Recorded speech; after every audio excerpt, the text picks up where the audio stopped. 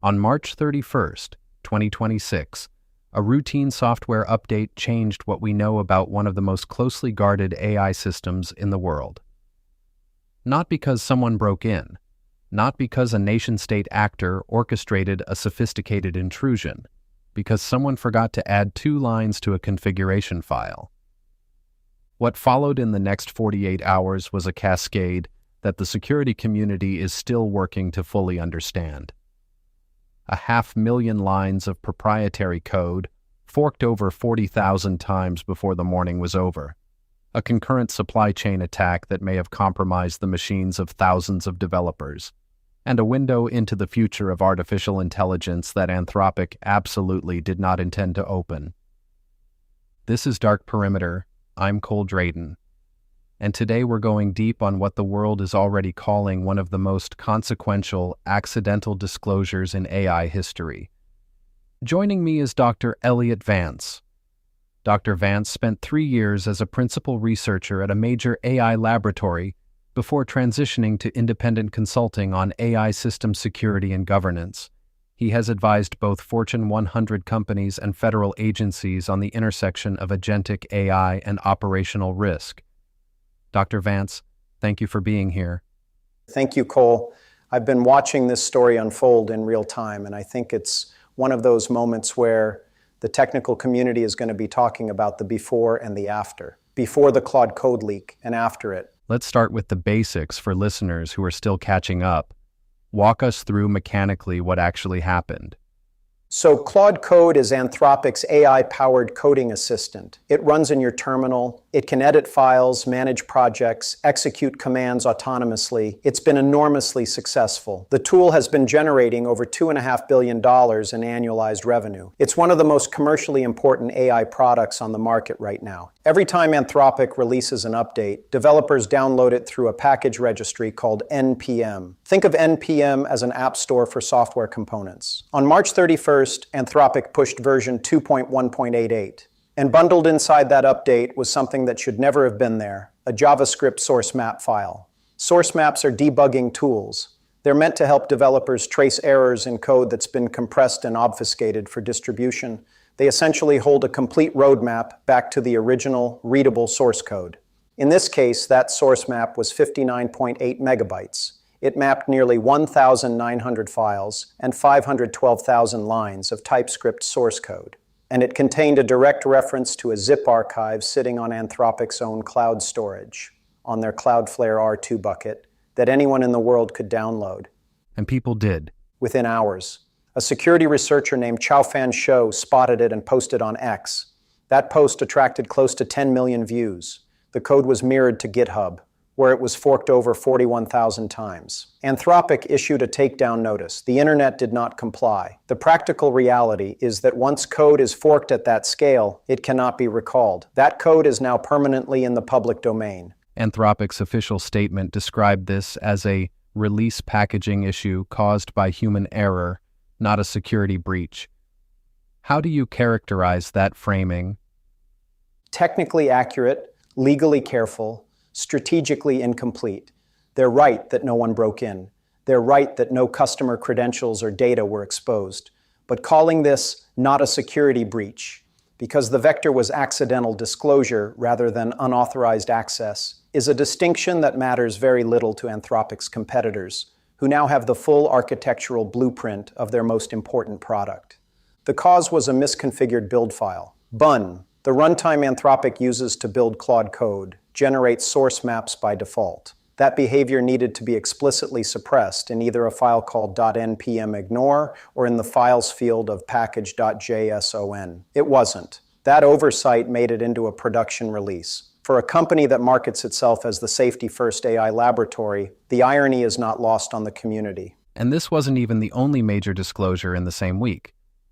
No. And this is where the story gets genuinely alarming.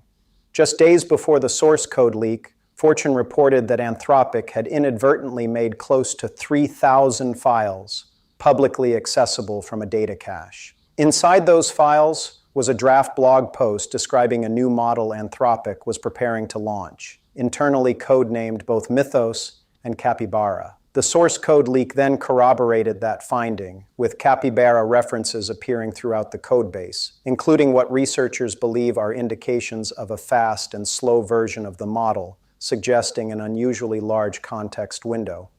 We're talking about an upcoming model that Anthropic's own internal documentation described as presenting unprecedented cybersecurity risks. So within a week, Anthropic accidentally disclosed the existence and some capabilities of their next major model, and then disclosed the full architectural source code of their flagship agent product. Two separate incidents, two separate failure modes, 1 week. Let's talk about what was actually in the code. Because from the reporting I've read, what leaked wasn't just implementation details. There was a significant forward-looking dimension. That's right. The source code contained 44 feature flags for capabilities that are fully built but have not been publicly released. These aren't vaporware. These aren't proposals. These are compiled working features that Anthropic is holding back pending decisions about when to ship them.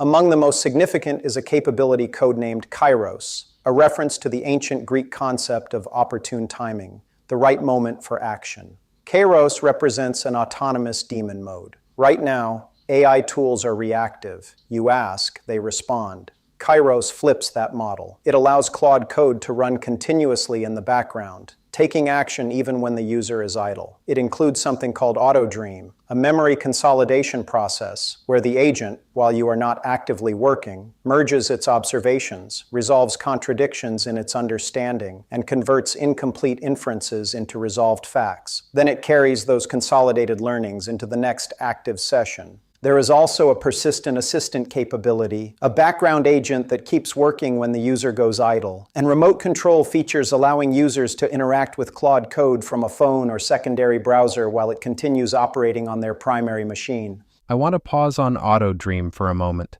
because I think for a lot of listeners that concept is going to land in an unexpected way. You're describing an AI agent that is actively thinking, reorganizing, and improving its own understanding while the user is asleep. Yes, and I want to be precise here because I think there's a tendency in popular coverage to either catastrophize or dismiss that framing. Auto-dream is not sentience. It is a structured memory management process. But what it represents architecturally is a fundamental shift in the relationship between the user and the agent. The current paradigm is session-based. You open a session, you work, you close it. Kairos and Autodream are building towards something persistent, an agent that has continuity of understanding across sessions, that is improving its model of your code base and your intentions while you sleep, and that is ready to act the moment you return. That is a qualitatively different kind of tool. The security implications alone are significant. You now have a persistent process with local shell execution privileges that is running background operations outside of direct user supervision. The permission and trust model for that kind of system is a genuinely hard problem that the entire industry is going to have to solve. You mentioned security implications. The other dimension of this story that struck me was the timing with the Axios supply chain attack. Can you explain that intersection? This is where the story moves from embarrassing to genuinely dangerous. Axios is an HTTP client library that Claude Code uses as a dependency. On the same day as the Claude Code leak, March 31st, attackers published malicious versions of Axios to NPM between 12:21 and 3:29 in the morning UTC. Those malicious versions contained a cross-platform remote access Trojan, ARAT. Any developer who installed or updated Claude Code during that window may have pulled in a compromised version of Axios along with it. Now, whether the timing of those two events was coordinated or coincidental is still being investigated. What is not coincidental is the exploitation that followed the leak itself. Threat actors immediately began typo-squatting internal package names that were visible in the leaked source code, creating fake NPM packages with similar names, waiting for developers who tried to build Claude Code from source to pull in a malicious dependency. Zscaler reported that a GitHub repository claiming to be the leaked Claude Code was distributing a Rust-based dropper that installed Vidar Stealer and Ghost Socks, a credential theft package and a network proxy tool. This is the supply chain threat landscape in 2026. The leak created a lure, and the lure was immediately weaponized. I want to bring up a historical comparison that I think is instructive here.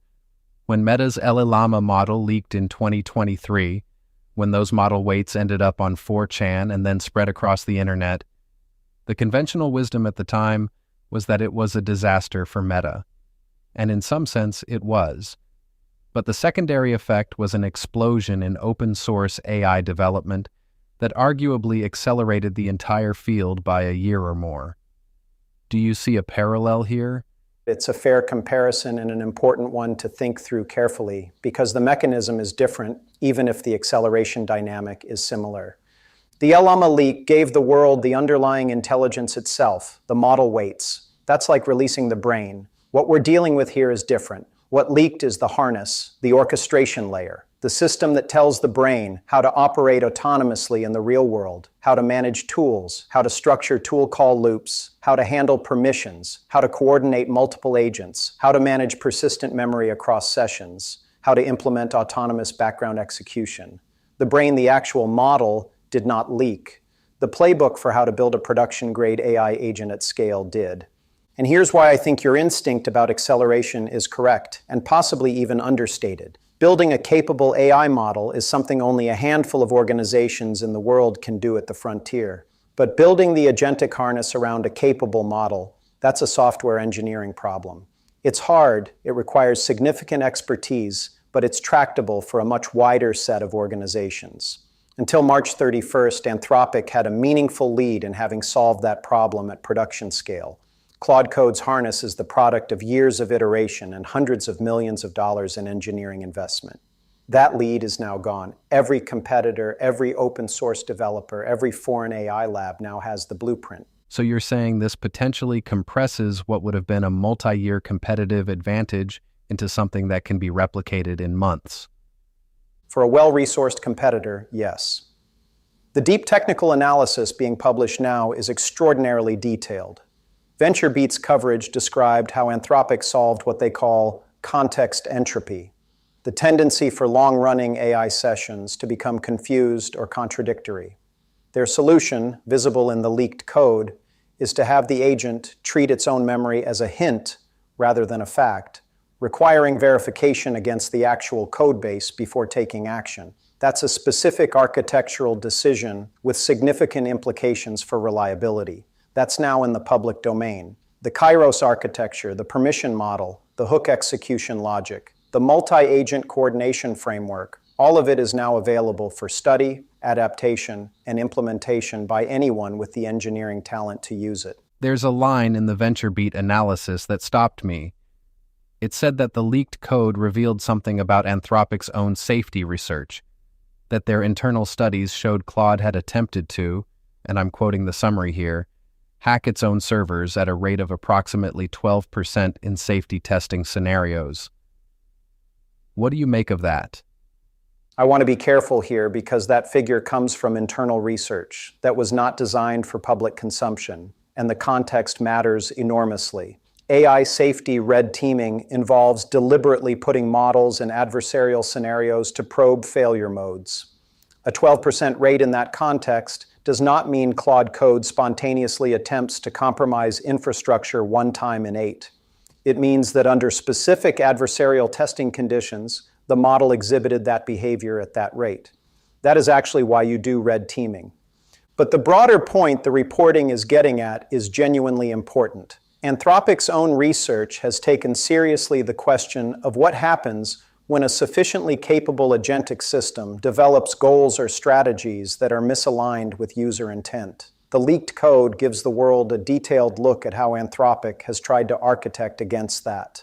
The permission prompts, the hook approval flows, the constraints on autonomous action. For safety researchers, that's actually valuable information. For threat actors who want to find the seams in that architecture, it's also valuable information. That's the double-edged reality of this kind of disclosure. Let's talk about what this means for the broader AI industry. If you're a CISO or a security leader at a company that is deploying Claude Code or any agentic AI tool right now, what is the practical takeaway from this week? Several things. First, the supply chain attack risk is immediate and ongoing. If anyone in your organization installed or updated Claude Code via NPM on March 31st during that early UTC window, You need to be investigating that now. Check your lock files for Axios versions 1.1, 4.1, or 0.30.4, or the dependency plane crypto.js. Rotate any credentials that were accessible from affected developer machines. That's not theoretical, that's an active incident response posture you should have already adopted. Second, do not download, fork, build, or run any code from any GitHub repository claiming to be the leaked Claude code. Zscaler has documented active campaigns distributing backdoored versions. The social engineering is sophisticated. The repositories look legitimate. They are not. Third, and this is the more strategic point, what this week has demonstrated is that the operational security practices of AI companies are now a first-order concern for any enterprise deploying their tools. You are extending trust, not just to the AI model, but to the entire development and deployment pipeline of the AI vendor. Anthropic had 2 major accidental disclosures in 1 week. That is an SDLC failure. When you're evaluating AI vendors for enterprise use, their build pipeline security and their internal data governance practices need to be part of your due diligence the same way you'd evaluate any critical software supplier. What about the agentic future that this leak has illuminated? Kairos, Auto-Dream, persistent background agents. These are coming regardless of this leak. How should security professionals be thinking about that architecture? The permission and trust model is the foundational problem. Right now, most AI agents operate in a relatively bounded context. You ask, they do, you review. The moment you introduce persistence, an agent that is taking actions while you are not present, you have fundamentally changed the attack surface. An autonomous background agent with local shell execution privileges that is running memory consolidation processes while the user is asleep is a novel security primitive that existing control frameworks were not designed to govern. The questions that need to be answered before that architecture is widely deployed are not primarily technical, they are governance questions. What actions can the agent take autonomously versus which require explicit human approval? How are those decisions logged and auditable? What is the process for revoking or constraining an agent's autonomous permissions without disrupting the continuity of its memory state? How do you ensure that an agent's background operations are not being manipulated by content in the environment it's operating in? Malicious code in a repository it's analyzing, for example, that contains instructions designed to redirect the agent's behavior? These are not hypothetical concerns. They are live engineering challenges. And because of this leak, every competitor building an agentic coding assistant is now working from the same blueprint Anthropic developed to address them. The race to solve those governance problems in production is now open to the field. Final question. You've studied AI systems for over a decade. When you look at what this week revealed, not just the leak itself, but what was inside the code, what does it tell you about where we are in the development of truly autonomous AI?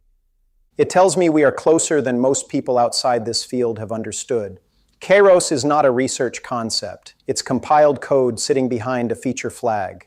Auto-Dream is not a paper. It's implemented logic waiting to be enabled. The architecture for persistent, autonomous, self-improving AI agents that operate continuously in the background of your life is not 5 years away. It is built. It is waiting for the decision to ship. What this week should do, and I'm speaking now not just to security professionals but to the broader public, is bring that reality into clearer focus.